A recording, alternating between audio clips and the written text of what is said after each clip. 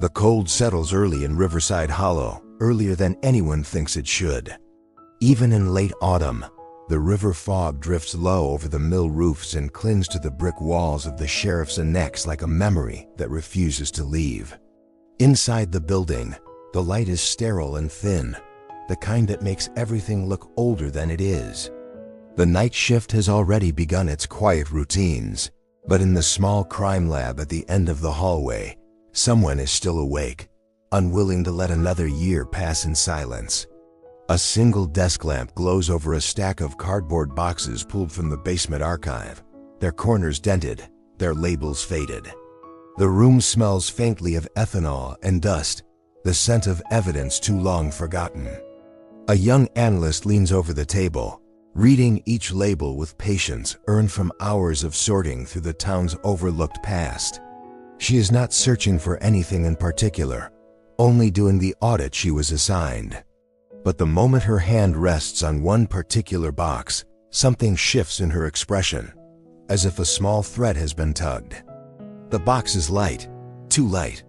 Its surface is mottled with age, the ink on its sticker smudged until only a few letters remain. She brushes away the dust and reads the name hidden beneath it, a name that has lingered at the edge of local folklore, spoken rarely and always with an uneasy quiet. The year marked beneath it is even older, lost in a decade the town has tried to forget. She opens the box and begins to catalog its contents, unaware that the silence in the room seems to tighten around her. Inside, she finds the fragments of someone's final day, a jagged shard from a picture frame, a scrap of fabric cut for testing, and a plastic evidence tube lodged in the corner with its surface cracked from age.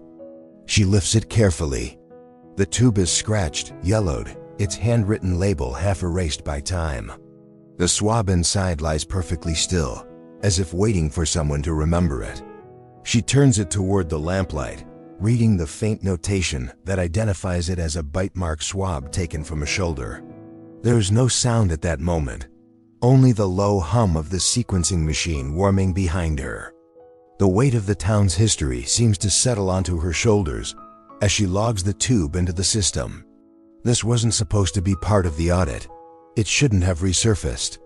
And yet here it is, carried forward by nothing more than accident and persistence. The sequencer begins its initial run. The analyst watches the first bar flicker across the screen, not expecting much. Old samples rarely give anything useful. She steps away to fill out paperwork, but her eyes drift back to the machine every few seconds, as if something in her instincts refuses to let this sample go unnoticed. The river wind outside rattles the windows, brushing the glass with its quiet, icy breath. Minutes pass. Then the machine signals its next step. The analyst leans in, her breath stilling as a faint genetic curve appears, then strengthens. She runs a secondary analysis, then a third. Each one refines the signal further until a partial profile emerges, fragile but clear enough to search. She hesitates only a moment before sending it through the state database. The search window loads with slow deliberation, the kind that forces a person to feel each second stretch.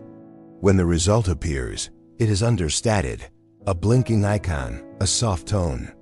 A match. The name that populates the screen is one she recognizes immediately.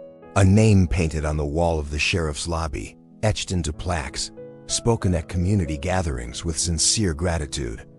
Her hand trembles, but she does not let it show. She prints the report, the paper sliding out with a mechanical click that feels impossibly loud in the quiet room. The profile is undeniable.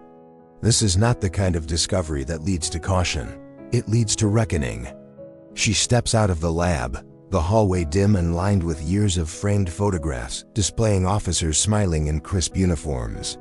Among them is the face of the man whose name is now printed on the match report, a face the town has trusted for decades. The analyst walks past the photos, the solace of her shoes tapping softly against the linoleum, each step echoing like the opening beat of a story that refused to die. By morning, this hallway will no longer feel the same. Neither will the town that once believed it knew its own protectors. The truth is coming, carried on the thin strip of DNA sealed in a cracked tube that should have vanished long ago. To understand how this began, we go back to 1994. If stories like this matter to you, subscribe now. It helps us bring more truth to light. The morning began the way most mornings did for Hannah Klein, with the slow warmth of coffee filling the kitchen and a soft layer of pale river fog draped outside the windows. The house on Willow Bend Lane was modest, a brick one-story tucked into a quiet corner of Riverside Hollow, but it carried a sense of order and calm that came from her presence. She liked things tidy but lived in, as if the home needed to feel awake, like the patients she watched over during long shifts. She moved through the space with gentle efficiency, grabbing her travel mug, checking the weather, brushing a loose strand of hair behind her ear. Her husband, Daniel, sat at the table reviewing a stack of essays from his junior English class, the red pen tapping lightly as he read.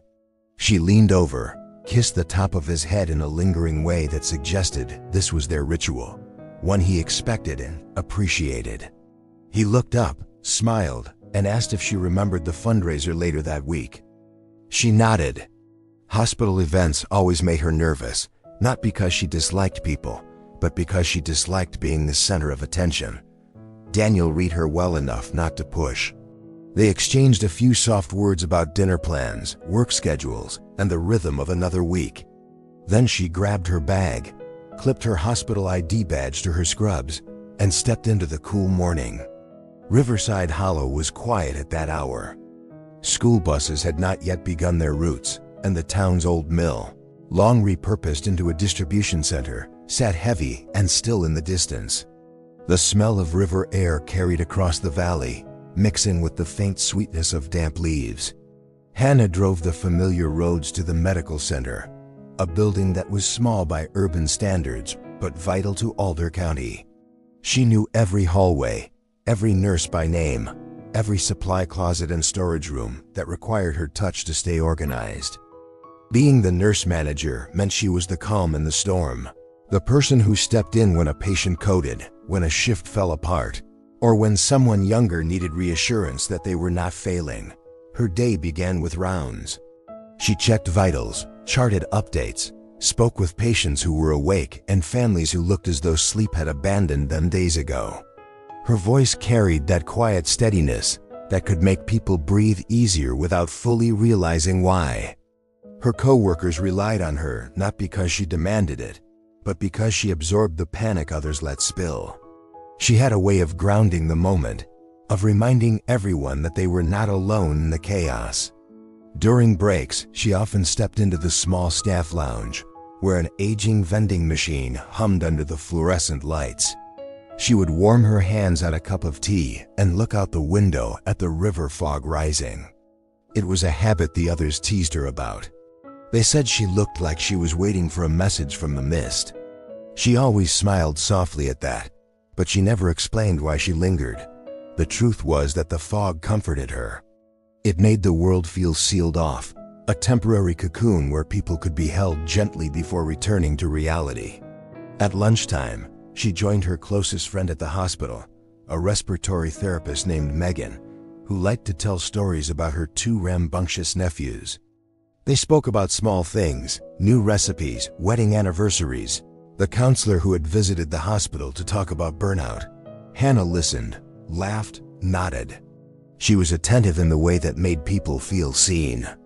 Yet beneath her smiles, there was sometimes a flicker of worry, a brief tightening around her eyes when certain topics came up, particularly ones involving interactions with law enforcement. She never fully elaborated, only saying that she had once known an officer who didn't take boundaries well. Megan asked once who he was, but Hannah brushed it aside, insisting it wasn't worth revisiting. Her ID badge tapped lightly against her scrubs whenever she walked briskly. She touched it often, a small unconscious gesture. It had become something like a talisman for her, a reminder of the life she had built, the work she valued, the purpose she carried with her every day. If anyone asked her what object represented her the most, she would have picked that badge. It bore a faded photo taken in poor lighting, but it was honest and it was hers. The final hours of her day were the ones she liked best. The late afternoon lull. The shift change when she handed over rounds to the night staff, who always greeted her with tired but grateful expressions. She washed her hands at the sink, the water running warm over skin that had grown dry from constant sanitizing. She slipped into her jacket and stepped out to the parking lot where dusk had begun to settle, draping the sky in shades of dusty lavender. She checked her phone, saw a missed call from Daniel, and called him back as she walked to her car. Their conversation was simple. They talked about dinner. He had picked up ingredients for her favorite soup, wanting to make it for her since he knew she had a long day. She told him she'd be home soon, and he joked that the soup probably wouldn't be ready until she arrived to supervise. She laughed, that soft laugh he loved, and told him she would try not to critique every step. It was an ordinary exchange, free of urgency, filled with the ordinary comfort of two people who had built a life together. Before driving away, Hannah paused for a moment in her car, hands resting on the steering wheel. Outside the window, the fog was rolling in again, the river's nightly ritual. She watched it thicken and drift through the parking lot lights. Something in it made her shiver, not from fear, but from an inexplicable sense of heaviness she couldn't name. She sighed, shook it off, and started the car. On the way home, she made one quick stop at a small market to pick up a loaf of bread. The clerk recognized her, called her Nurse Klein, and asked about her day. She smiled politely, trying not to reveal how tired she felt. The clerk bagged her items, told her to get some rest, and she promised she would. She stepped back into the cold, the air tinged with the faint scent of wood smoke drifting from a nearby chimney. When she finally returned home, she unlocked the door, set her bag down by the entryway, and placed her ID badge on the counter. Daniel greeted her with a warm hug and the aroma of soup simmering on the stove. They ate together while discussing a possible weekend trip to visit his sister in Columbus. She seemed distant for a moment, unsure if they would have time, unsure about something she didn't say aloud. But the moment passed quickly, and she leaned her head on his shoulder, letting the day's weight dissolve into the quiet comfort of shared space. Later that evening, she called her mother, as she often did on nights when she needed grounding. Their conversation was gentle and brief. Her mother asked if she was taking care of herself. Hannah laughed again, promised she was fine, and said she would visit soon. After the call, she lingered in the kitchen with a cup of tea, running her thumb along the edge of her ID badge before placing it carefully back into her bag for the next morning. That was the last quiet night she would ever have. In the fragile hours that followed, as fog drifted deeper into the valley, and the warmth of the house wrapped itself around her, nothing hinted that the life she cherished was slipping toward an irreversible edge.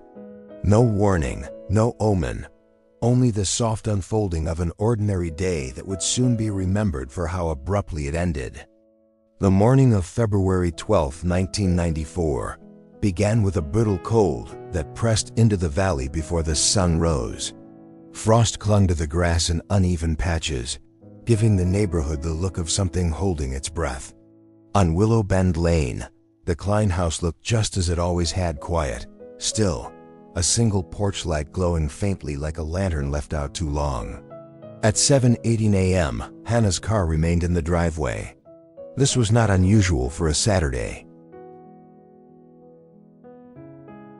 The neighbors across the street remembered seeing the light in the kitchen flick on briefly just after dawn, though no one could say for certain whether it was Hannah or someone else inside the house. Nothing seemed strange yet, but some details only stand out in hindsight. Shortly after 9, a delivery driver walked past the property and thought he heard a muffled sound coming from inside. He assumed it was a television left on, the sort of background noise people use to make a home feel lived in.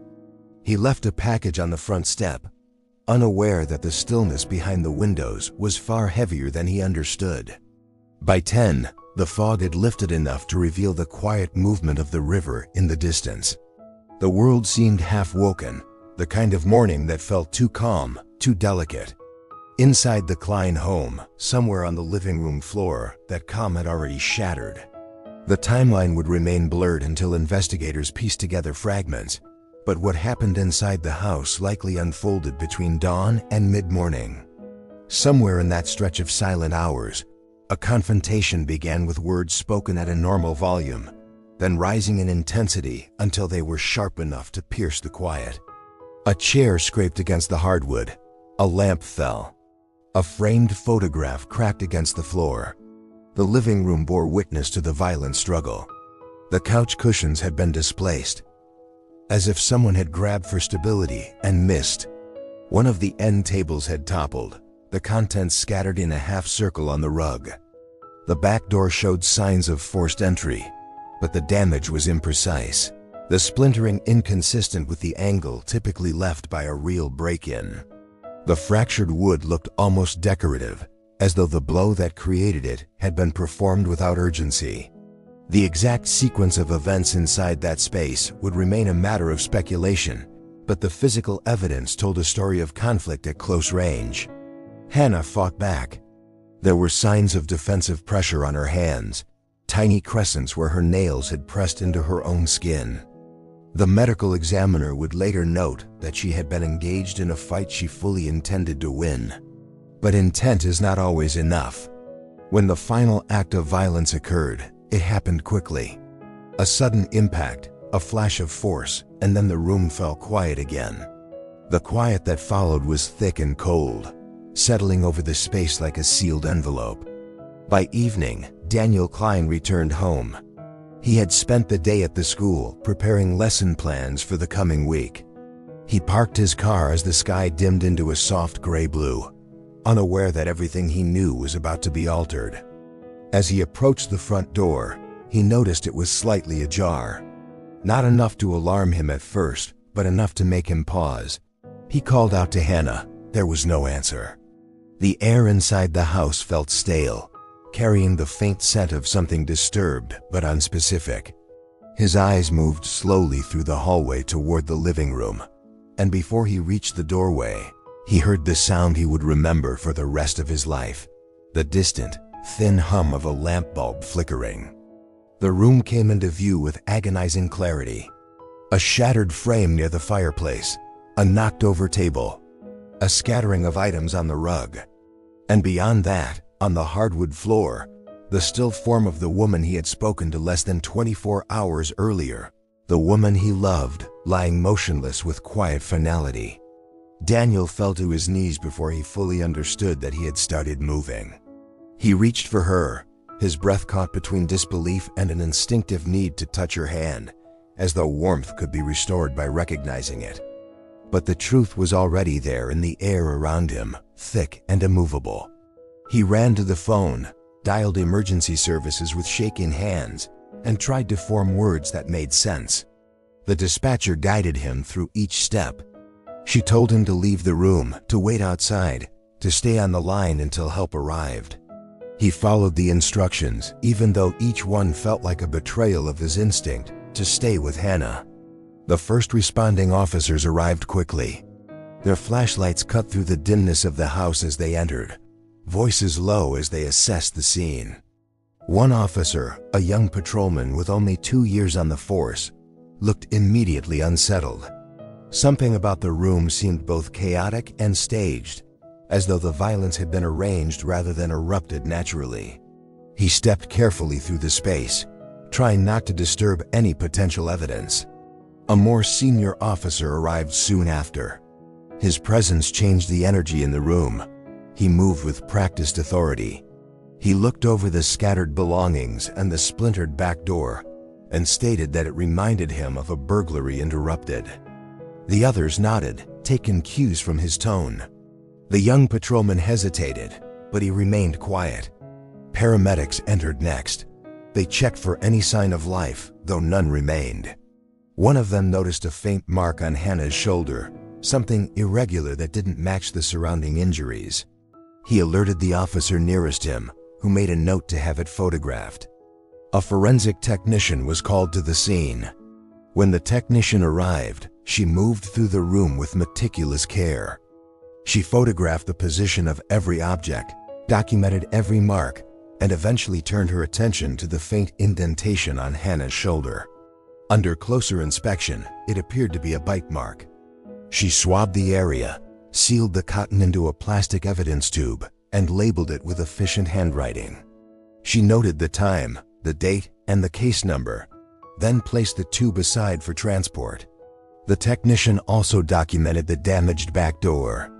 The splintering pattern didn't quite align with the forced entry executed from outside. The wood had cracked at an angle that suggested the blow might have been inflicted from inside the house. But in the flurry of activity, this detail remained a footnote rather than a headline. As the investigation unfolded that night, the house felt cold, lifeless, and oddly arranged. Jewelry remained untouched. Electronics sat where they had always been. The only items disturbed were those directly involved in the struggle. The rest of the house maintained a strange sense of choreography, as if the intruder had only cared about the confrontation, not the theft. Despite these details, the working theory that emerged leaned toward a burglary gone wrong. It was simple, familiar, palatable. It spared the town an uncomfortable alternative, that someone closer to the community had done this. Daniel sat on the porch wrapped in a blanket handed to him by a paramedic. His eyes were distant, fixed on a memory that would not align with the reality unfolding around him. Occasionally an officer approached to ask a question, but he barely registered the words. He answered only what he could manage. She was home when he left. She was fine yesterday. She had no enemies. She never mentioned anything unusual. In the darkness, his grief settled like the fog that crept from the river, heavy and merciless. Inside the house, the forensic technician gathered the final pieces of evidence. She sealed the plastic tube containing the bite mark swab into a larger evidence bag and placed it in the collection box. As she stood up, she noticed something odd near the fireplace. A thin, horizontal scratch on the wooden floor, about the length of a pocket knife blade. It was shallow, almost hidden in the grain of the wood. She left a marker beside it for later examination. That small detail would remain in the case file, observed but never pursued. It hovered at the edge of the investigation like a whisper, a clue waiting for someone to listen. By midnight, the house was quiet again. The lights had been shut off, the tape placed around the perimeter, and the officers filed their initial reports. The evidence box was delivered to the department and logged. The technician wrote her final notes: living room disturbance, possible staged entry, defensive injuries, unidentified bite mark. The next morning, the newspapers would print a simple headline: violence strikes quiet neighborhood. But for those who had walked through the house that night, there was nothing simple about what they witnessed. Something felt incomplete, unresolved, as though the room itself held its breath, waiting for someone to finally understand what had really happened there. And among the items gathered that night, sealed quietly in its fragile container, the cracked evidence tube held the truth that no one recognized. It would take nearly 3 decades before anyone would open it again. In the weeks after the murder, the investigation into Hannah Klein's death began with a sense of urgency that faded faster than anyone wanted to admit. At first, detectives worked with the assumption they were dealing with a burglary interrupted, a theory that simplified what they saw in the living room. They reviewed nearby break-ins, scanning through lists of petty offenders known to operate in the fringes of Alder County. The first suspect, a young man named Eric Dalton, lived 3 blocks away and had been caught stealing power tools from garages the previous month. Detectives brought him in, sat him in a cramped interview room, and pressed him about where he had been that morning. He insisted he had been at his mother's house, repairing her roof. When the officers checked, the alibi held. His mother confirmed it, and 2 neighbors backed up her claim. Eric stared at the table and muttered that he wasn't the kind of person who hurts people, and one of the detectives almost believed him. A second suspect, a drifter who had passed through Riverside Hollow earlier that week, was picked up in a nearby county for trespassing. Officers found a rusty screwdriver in his backpack, which one detective believed could have been used to pry open a back door. They interviewed him for hours, asking where he had been on the morning of the crime. He was evasive at first, then confused, then exhausted. He claimed he had slept behind the abandoned mill that night and had no idea what they were talking about. When investigators searched his belongings, they found nothing linking him to the Klein home. Eventually, he was released without charges. A week later, a neighbor called in a potential lead, saying she remembered hearing shouting on the morning of the murder. When pressed, she admitted that she might have been mistaken and that the sounds could have come from her television. Another neighbor said he saw a patrol car in the area a few days before the crime, but he couldn't recall who was driving.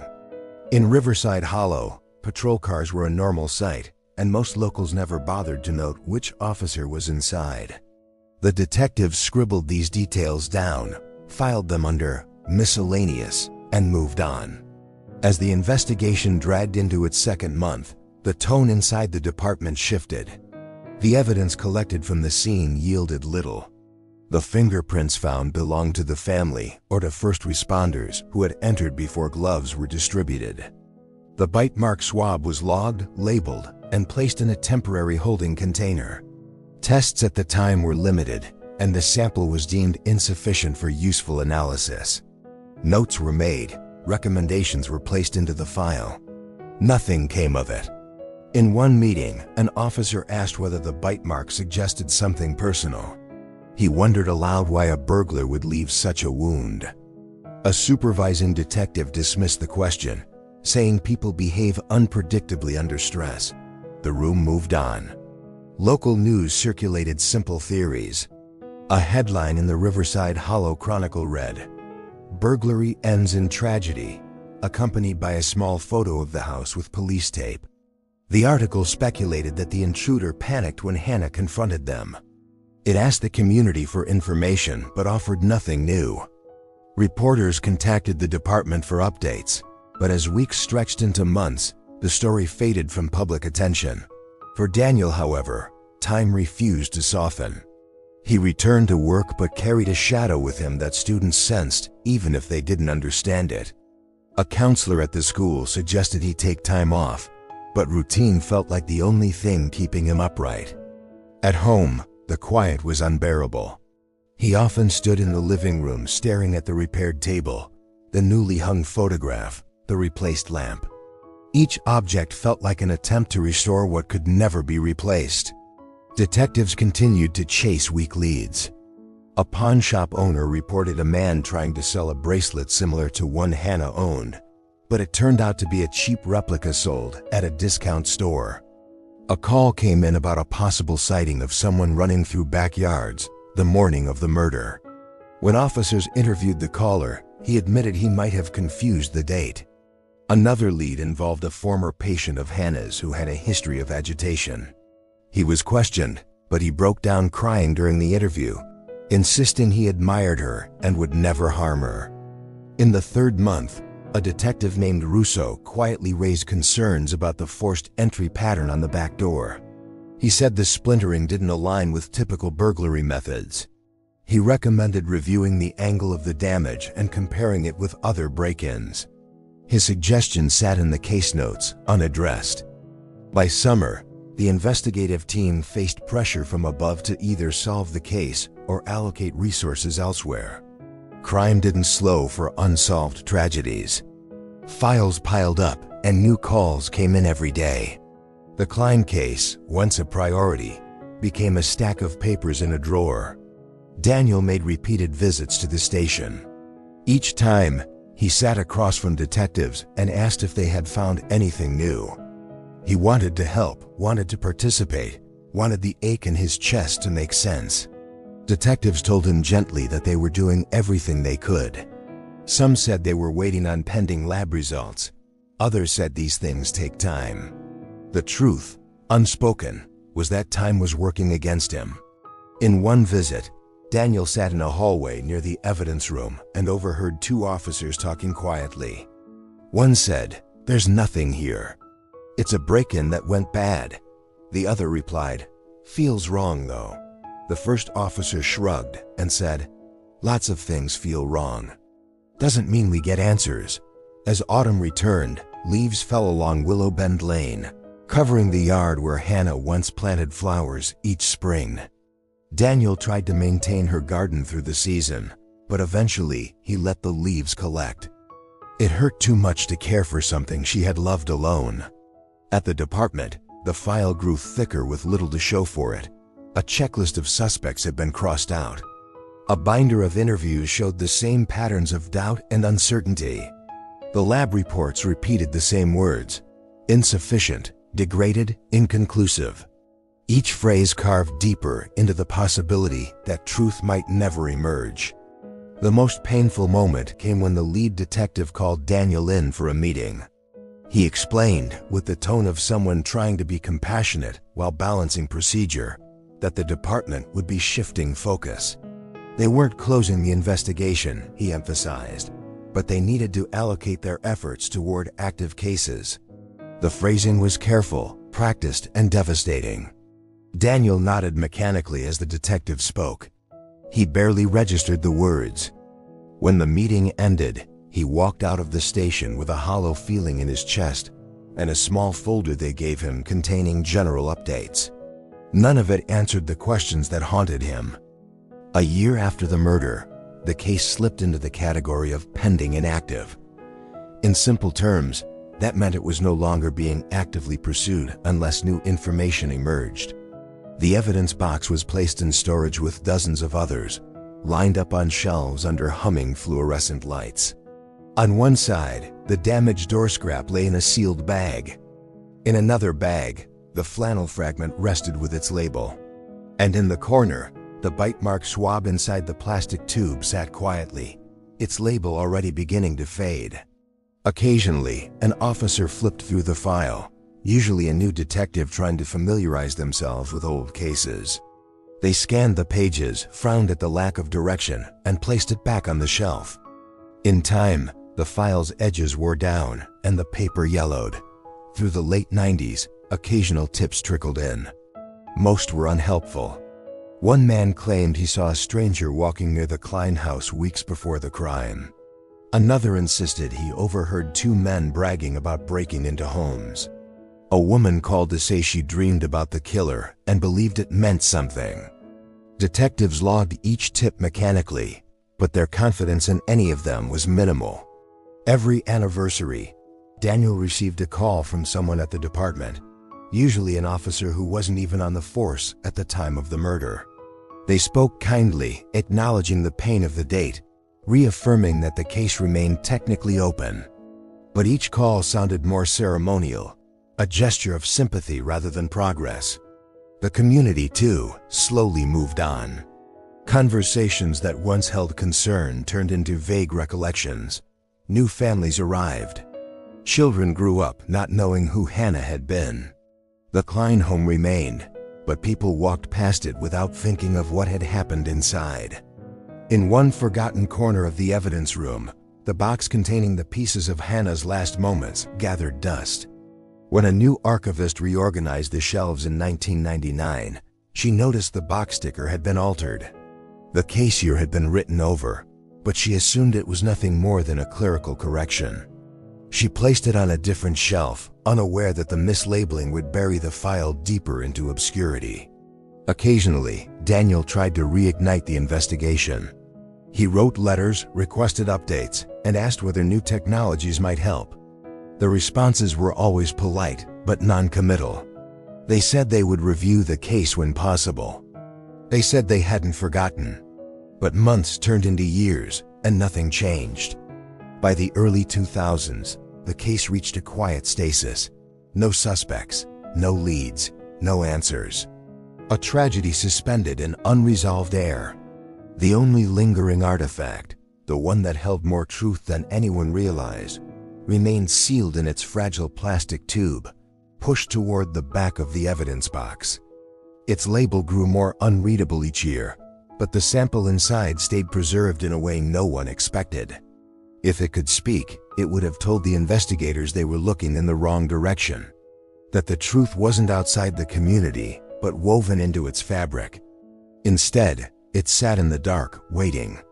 For many inside the department, the case faded into memory, Officers transferred, retired, or moved to different divisions, files shifted, priorities changed.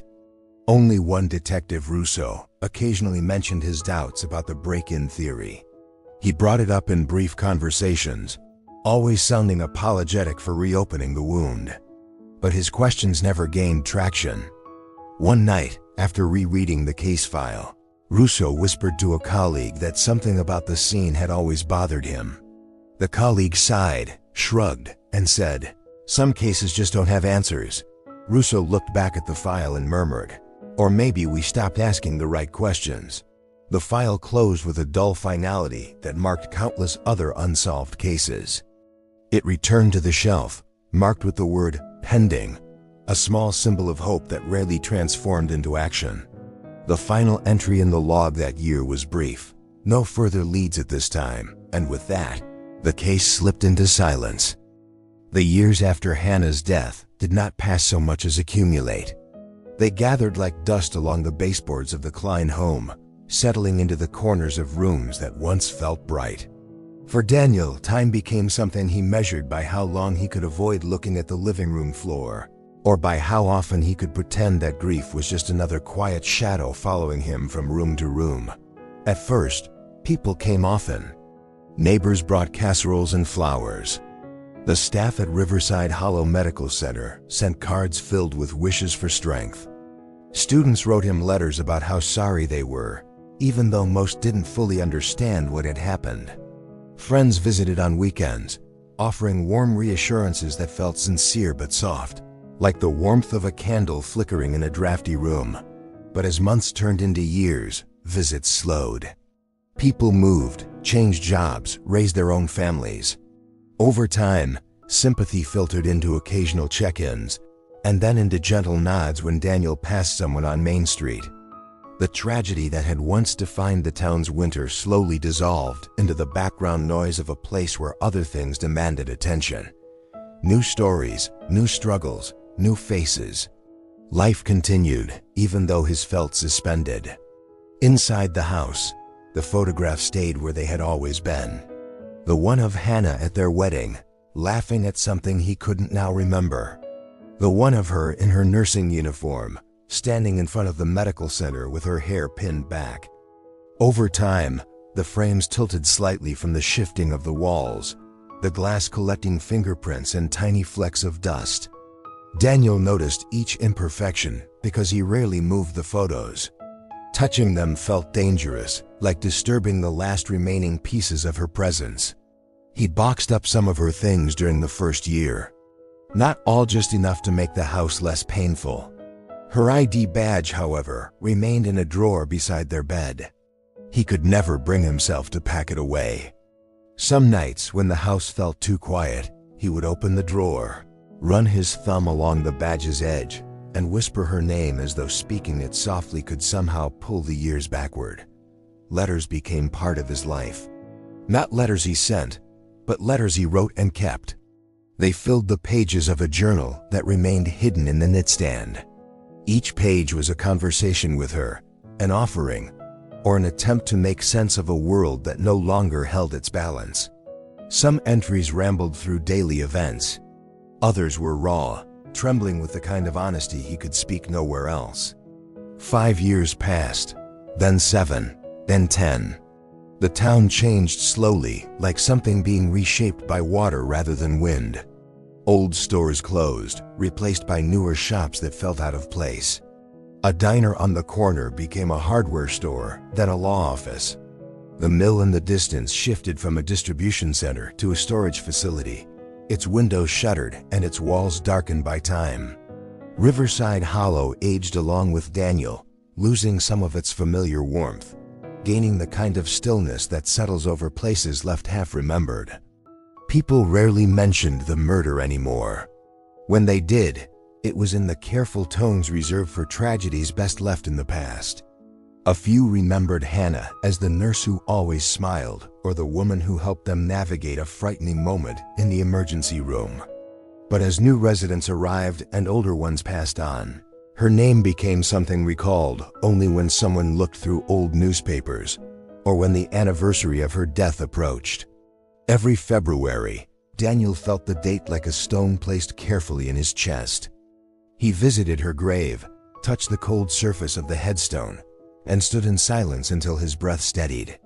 Sometimes he brought flowers, sometimes he brought nothing at all. He learned that grief did not require offerings, only acknowledgement. The Klein home changed too. The living room was repainted. The couch was replaced. The broken lamp was gone entirely, though its absence felt louder than the object ever had. The hardwood floor, once scarred by the struggle, now bore a thin sheen from refinishing. Yet Daniel always saw the room as it had been that night, even when years dulled the edges of his memory. During the second decade, technological advances began to appear in news reports. Stories of cold cases solved by new DNA techniques, families reunited with answers after decades, long silent evidence suddenly yielding names that had once seemed unreachable. Daniel watched these stories quietly, a flicker of something stirring each time. Hope was dangerous, he had learned, but it was also persistent. He began writing letters to law enforcement again. Short ones at first, asking if anything new could be done. Some responses arrived with polite acknowledgments, thanking him for his patience and expressing sympathy. Others contained more practical information. The department was reviewing old cases when resources allowed. Forensic testing required funding. Evidence from the early 90s might not have survived well enough for re-examination. He kept every letter in a folder. He reread them on nights when the silence weighed heavy. He never stopped asking. Around the 20th year, the medical center honored Hannah with a small plaque in a hallway near the nursing station. Her former colleagues organized it, writing a brief dedication about her compassion and leadership. Daniel attended the small gathering. He stood among strangers who had never met her, but felt the echo of her presence through stories told by those who had. One nurse, now retired, placed her hand on Daniel's shoulder and said, "We still remember her." "We always will." He nodded, grateful, though part of him felt hollow. Remembering wasn't the same as knowing what happened. Memory wasn't justice. He returned home after the ceremony and found himself drawn to the drawer where her ID badge remained. He held it in his hand that night, staring at the faded photograph. Time had dulled the colors. The plastic had yellowed slightly, but her eyes still carried the same calm strength he remembered. He placed the badge beside the journal filled with years of unsent letters and left them there, side by side, as if they belonged together. Meanwhile, the evidence box containing the forgotten tube had been shifted again, pushed to a back shelf during another reorganization. The label, now nearly illegible, failed to catch the attention of anyone passing by. If a detective flipped through the case file, they saw the same list of dead ends, the same uncertain notes, the same sketches of a burglary theory that never felt complete. The burden of unresolved truth rested quietly behind closed doors. In the late 2010s, a journalist researching unsolved cases in Ohio reached out to Daniel. She was young, tenacious, and driven by a desire to understand why some stories slipped away while others returned with renewed urgency. She sat with him at his kitchen table, a notebook open beside her coffee mug, listening with gentle intensity as he recounted everything he remembered from the investigation. She asked questions no one had asked him in years, questions that stirred both pain and resolve.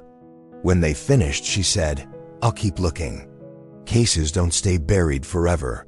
Her confidence seemed almost naive, but Daniel felt something shift inside him. It wasn't hope, not fully, but a faint warmth, the suggestion of possibility. The journalist wrote an article for a regional magazine. It described Hannah's life, the early investigation, and the unresolved nature of the case. The piece circulated modestly, but it reached the desk of an analyst in the state's forensic division. She flagged the case as one that might benefit from the new cold case DN of funding being discussed in Columbus. A note was made, filed as a suggestion for future review. Around the same time, the sheriff's office in Alder County began quietly exploring whether older cases could be retested. It was a small initiative, but it represented something the community had not seen in years: momentum. Daniel remained unaware of these developments. His life was quieter now. He had grown older, his hair graying at the temples, his hands lined with years of grading papers and tending to memories. He kept the house in good shape, but had stopped tending the garden.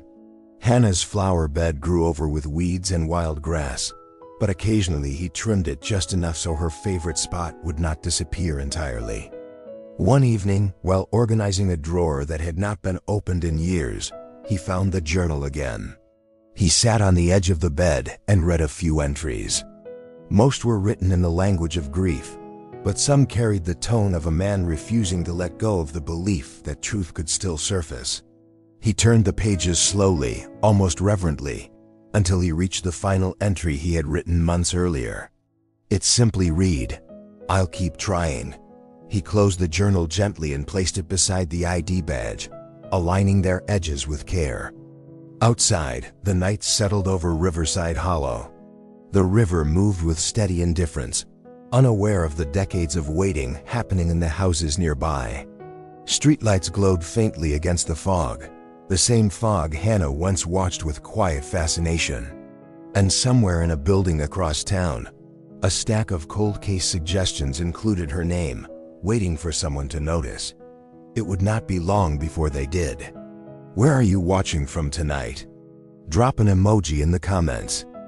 By the time the cold case audit reached the shelves in the back of the Alder County evidence room, the box containing Hannah Klein's forgotten swab had already survived 2 reorganizations, a building renovation, and the retirement of nearly everyone who had touched it. Its sticker was peeling at the corners. The year had been written over twice, the ink faded to a shadow. Technicians walked past it for decades without realizing its significance.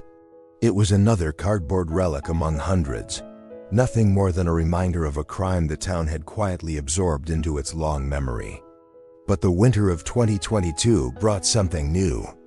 Ohio had released funding for a statewide initiative to clear backlogged cold cases, and Alder County, long understaffed, finally received enough support to begin. The program called for a full evidence audit, new digital cataloging, revaluation of mislabeled items, and the identification of biological materials suitable for advanced DNA testing. It was tedious work, the kind that involved peeling old tape, reading faded handwriting, and sorting through stacks of files that smelled of dust and time. On a quiet afternoon, an analyst named Lena Ortiz pulled a cart toward the far shelf. She slid out boxes one at a time and examined each label. When she reached the Klein box, she noticed the overwritten year immediately. Something about it made her pause. She lifted the box, felt how light it was, and carried it to her workstation. Inside the lid, she saw the objects that had once defined a tragedy: the broken picture frame glass, the brittle flannel scrap, and the plastic tube tucked awkwardly in a corner. The tube's surface was cracked, the label smudged until only fragments of letters remained. She turned it gently in her hand. The swab inside was still sealed. She logged the box into the new system and recorded its condition. The mislabeling stood out. A clerical oversight could explain it, but something about the box's history felt more intentional, as if it had been quietly moved out of the way. The thought lingered in her mind as she prepared the sample. The tube opened with a soft click. The cotton swab, dry and fragile, looked more like an artifact than something capable of yielding insight. Yet advances in DNA amplification over the last decade meant even degraded samples might still reveal their secrets. Lena placed the swab into a sterile tube, added the extraction buffer, and initiated the digestion process. She watched the small mixture settle at the bottom before sealing it for incubation. Hours passed with the rhythmic hum of the lab's instruments filling the silence. While the sample processed, Lena examined the old case notes. She skimmed lines about the suspected burglary, the interview summaries, the dead ends. One detail repeatedly caught her attention. The swab had been collected from a possible bite mark. The notation made her lean back in her chair. A bite mark was rarely random. It suggested proximity, aggression, and a level of familiarity that burglars usually avoided. As the amplification process neared completion, Lena returned to her workstation. The quantitation readout displayed faint but interpretable results. Not ideal but workable. She proceeded with STR amplification, carefully pipetting the tiny volume into the reaction wells. Each motion was deliberate. She knew how much weight could rest on something as small as a molecule. When the final profile generated, her breath caught.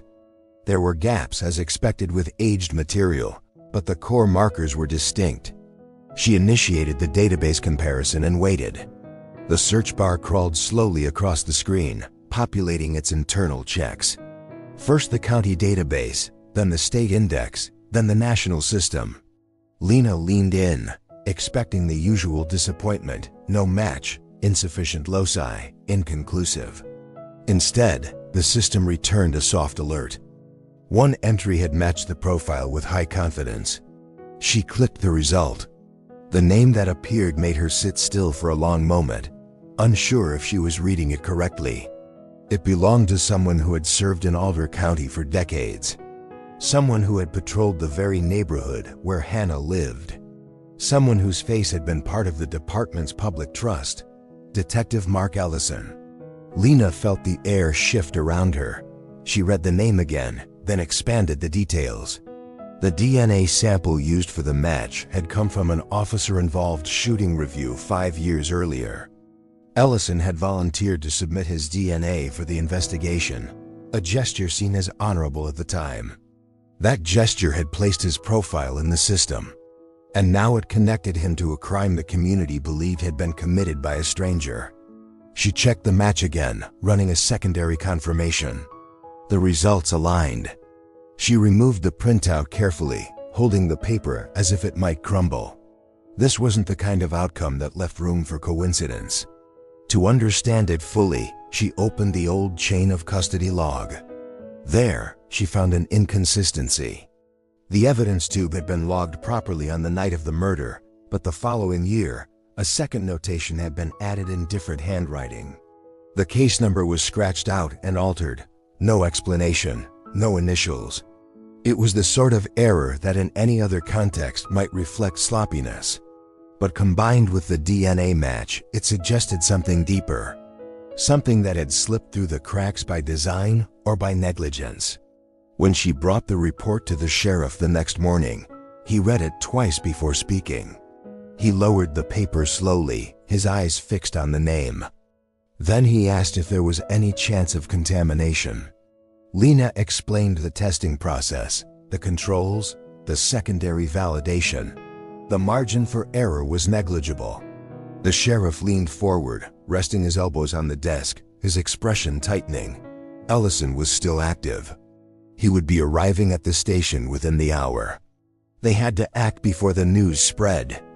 Across town, Daniel prepared himself for another ordinary day, unaware that the truth he had sought for decades now existed in the form of a 6-page lab report. His morning unfolded slowly. He brewed tea. He sat at the kitchen table, reading the local paper. He passed by the drawer where Hannah's ID badge lay beside the journal of letters he had written to her. He brushed the handle of the drawer lightly, the way he often did without realizing it. Back in the sheriff's office, the confrontation began with calm formality. Ellison was invited into a meeting room under the pretense of administrative updates. He walked in confidently, carrying the air of someone accustomed to authority. When he saw the sheriff's expression, he hesitated. The room felt heavier than usual. The conversation that followed was brief. The sheriff presented the findings, placing the report on the table. Ellison scanned the first page, then froze. His hands stiffened at the edges. For a long moment, he didn't speak. Then he insisted there must have been a mistake. Contamination. Faulty storage. He demanded the sample be retested. It already has been, the sheriff said. The silence that followed was colder than the winter outside. Later that afternoon, a quiet storm of information began to move through the department. A respected detective had been linked to a murder that occurred nearly 30 years earlier. Officers exchanged glances filled with disbelief, confusion, and the slow dawning of a truth none wanted to face. Someone inside their own walls had walked freely among them while carrying the weight of a killing the community had mourned. Daniel received the call in the early evening. The sheriff asked him to come to the station, saying only that there had been a development. He arrived with cautious steps, not daring to hope but unable to silence the part of himself that still longed for closure. When they entered the room and handed him the report, he read the name at the top. For a moment, his face softened in confusion. Then he read it again. His breath faltered. He closed his eyes and whispered Hannah's name, as though she might somehow hear him across the years. The sheriff spoke gently, explaining what the lab had uncovered. Daniel barely registered the words. Instead, he traced the lines of the report with his thumb, staring at the typed name, the dates, the confirmation markers. It felt unreal, something that belonged to another world. Yet it was the answer he had carried in his heart for nearly 3 decades, the one truth he had never been able to reach. When he finally spoke, his voice trembled. He asked if the evidence was certain. When they said yes, he nodded with a kind of exhausted relief. A weight he had not been able to name lifted slightly, though the ache beneath it remained. Word spread quietly through Riverside Hollow as evening settled over town. Neighbors whispered. Retired officers sat in their living rooms staring into nothing. Conversations at diners fell to hushed tones. The betrayal cut deeply. People had trusted Ellison. Some had admired him. Others had dismissed early doubts. Now they were forced to face the truth hidden in plain sight. In the days that followed, the town moved with a strange mixture of sorrow and awakening. Justice had begun to take shape, slowly but unmistakably. A forgotten swab sealed in a cracked tube had bridged nearly 3 decades of silence. Something that once seemed fragile and insignificant had become the thread that pulled the truth into the light. And somewhere in the Klein home, Daniel opened the drawer beside his bed and placed the lab report next to Hannah's ID badge and the worn journal. For the first time in many years, he whispered the same words he had written long ago. "I'll keep trying." Hit the like button if you believe justice always finds its way. The morning of the arrest arrived without ceremony. A gray sky hung low over Alder County, the kind of sky that made everything feel muted, as though the world understood something solemn was about to unfold. Detective Mark Ellison drove into the sheriff's lot just after 7, unaware that the building he entered would not let him leave as freely as he expected. Inside, the atmosphere was quiet but charged.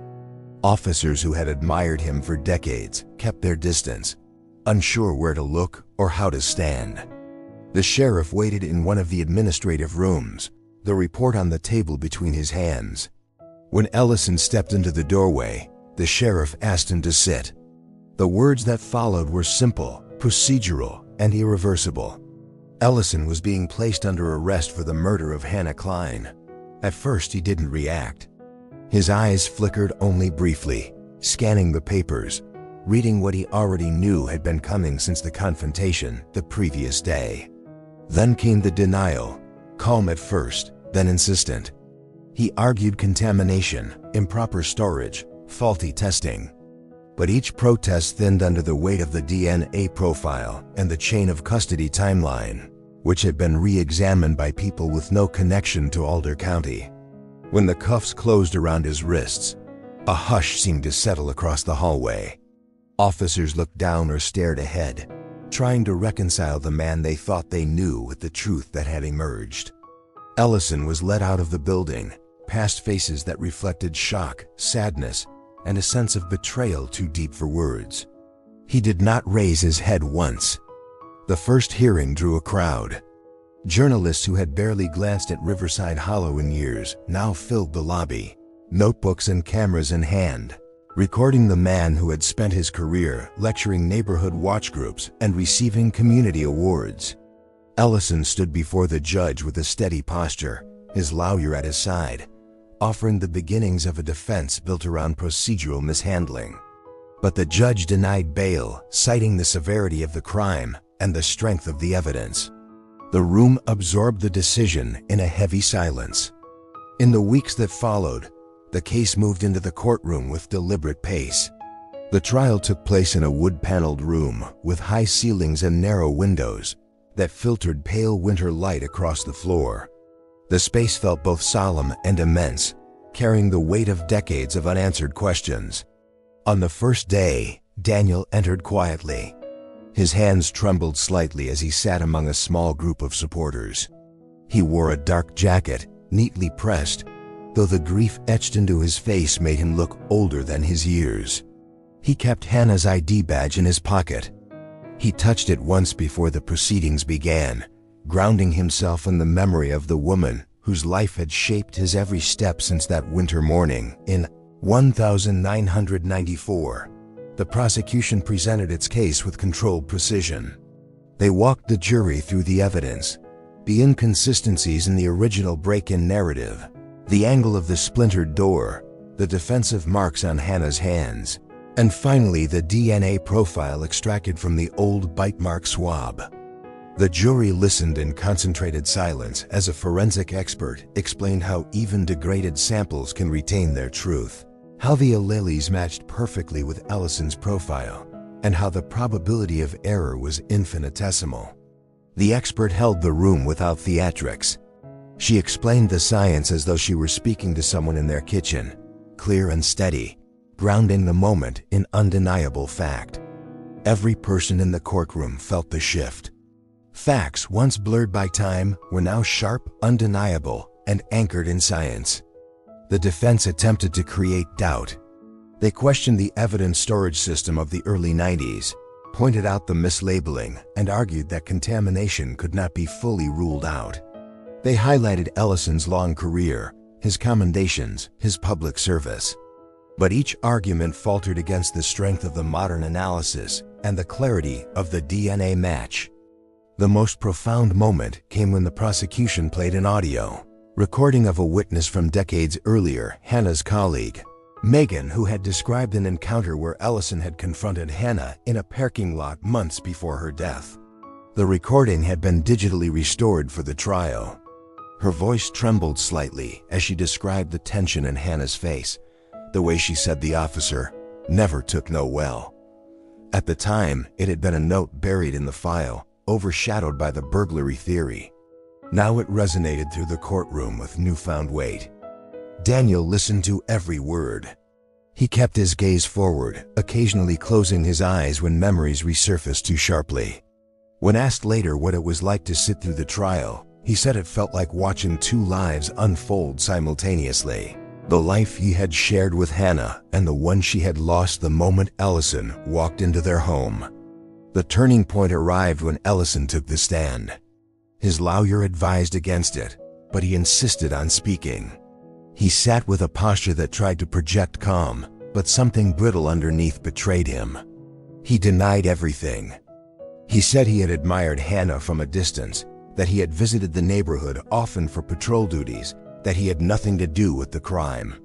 His voice held fragments of the authority he once wielded, but each denial weakened as the prosecution countered with evidence, timelines, and the irrefutable science of DNA. When the cross-examination ended, Ellison's shoulders slumped the smallest amount, as if the weight of his own words had begun to press down. Closing statements brought the courtroom into a state of reflective stillness. The prosecution spoke of Hannah's life, of the precision of forensic truth, and of the years that had passed with no resolution. They spoke of betrayal hidden in plain sight and the cost of assumptions made too quickly. The defense tried to introduce doubt, but its arguments lacked the solidity they needed to shift the room. The jury deliberated for 2 days. Daniel waited outside the courtroom, sitting in a wooden chair with his hands folded tightly. He thought of Hannah's laugh, her steady determination, her quiet habits, the way she looked at him over breakfast on ordinary mornings. He thought of the decades he had spent writing unanswered letters and the journal that had become his anchor. He did not imagine victory or justice. He imagined only truth.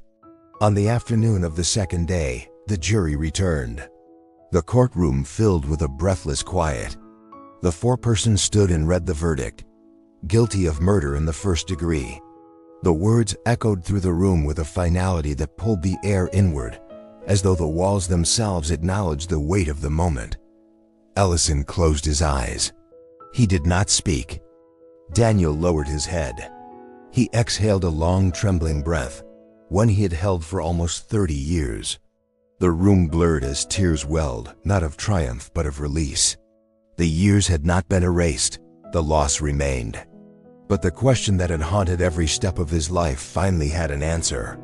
After the verdict, the sheriff approached Daniel in the hallway.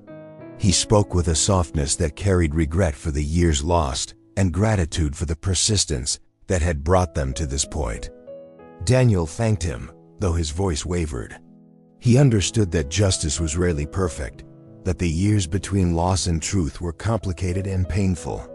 But he felt something he had not felt in decades, a small steady warmth rising in the space where ache had lived. The town reacted with a mixture of shock and sorrow. Some refused to believe the verdict, unable to reconcile the man they knew with the crime he committed. Others whispered that they had always sensed something was wrong. The community's trust had fractured, but it had also begun to mend in quiet ways. Conversations shifted from disbelief to acknowledgement, from silence to reflection. In the weeks that followed, Daniel returned to the Klein home with a deliberate step. The rooms felt different now, as though truth had changed the temperature of the walls. He opened the drawer beside his bed and placed the verdict document next to Hannah's ID badge and the journal. The three objects aligned in a way that felt symbolic: the person she was, the truth she deserved, and the voice he carried for her. He stood for a long moment, letting the quiet wrap around him. The grief would never fully leave, but it had transformed. It had become something he could hold without drowning in it. For the first time in many years, Daniel opened the window, letting a cold breeze drift through the room. Outside, the river fog moved with slow purpose, and he whispered her name into the air, believing that somewhere, somehow, the truth had finally reached her. In the months after the verdict, Riverside Hollow moved through a quiet transformation. The shock eventually softened into introspection. People walked a little slower past the sheriff's office, lowering their voices as they remembered how easily trust can be misplaced. Yet beneath that heaviness, something else began to settle, a sense that silence no longer had the same power it once did. Daniel felt the shift most clearly in the small routines of his life. He returned to the classroom, speaking more gently to his students, finding a strange comfort in the questions they asked and the stories they wrote. The house he shared with Hannah no longer felt suspended in grief. It remained quiet, but the quiet carried warmth rather than weight. He tended the flower bed again, trimming back the tangled grass and planting new bulbs in the soil she once cared for. He told himself that by spring, something living would grow there again. People in town reached out to him more often now.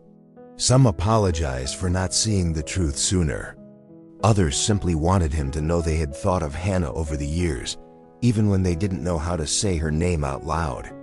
Daniel accepted their words with a soft gratitude. The pain would always be part of him, but now it felt shared rather than hidden.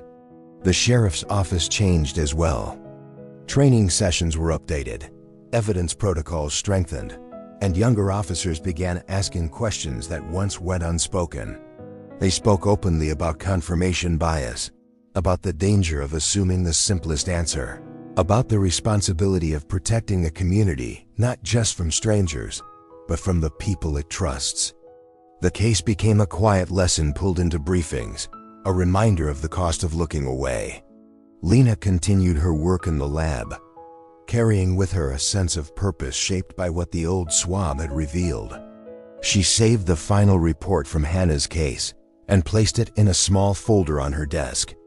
When new analysts arrived, she told them the story not to inspire fear, but to show the force of diligence, the weight of small details, and the power of a second look. Each time she spoke about the cracked evidence tube, the object nearly lost to time, she felt a renewed conviction that truth, even when quiet, persists. One evening, Near the anniversary of the verdict, Daniel sat on his porch with a cup of tea as the river fog rolled in. The same fog Hannah once watched from the hospital lounge. It moved slowly across the valley, softening the outlines of houses and trees, turning the town into a blurred watercolor of pale gray and silver. Daniel felt the old ache rise, not sharp but familiar. He reached into his jacket pocket and withdrew Hannah's ID badge, holding it gently in both hands.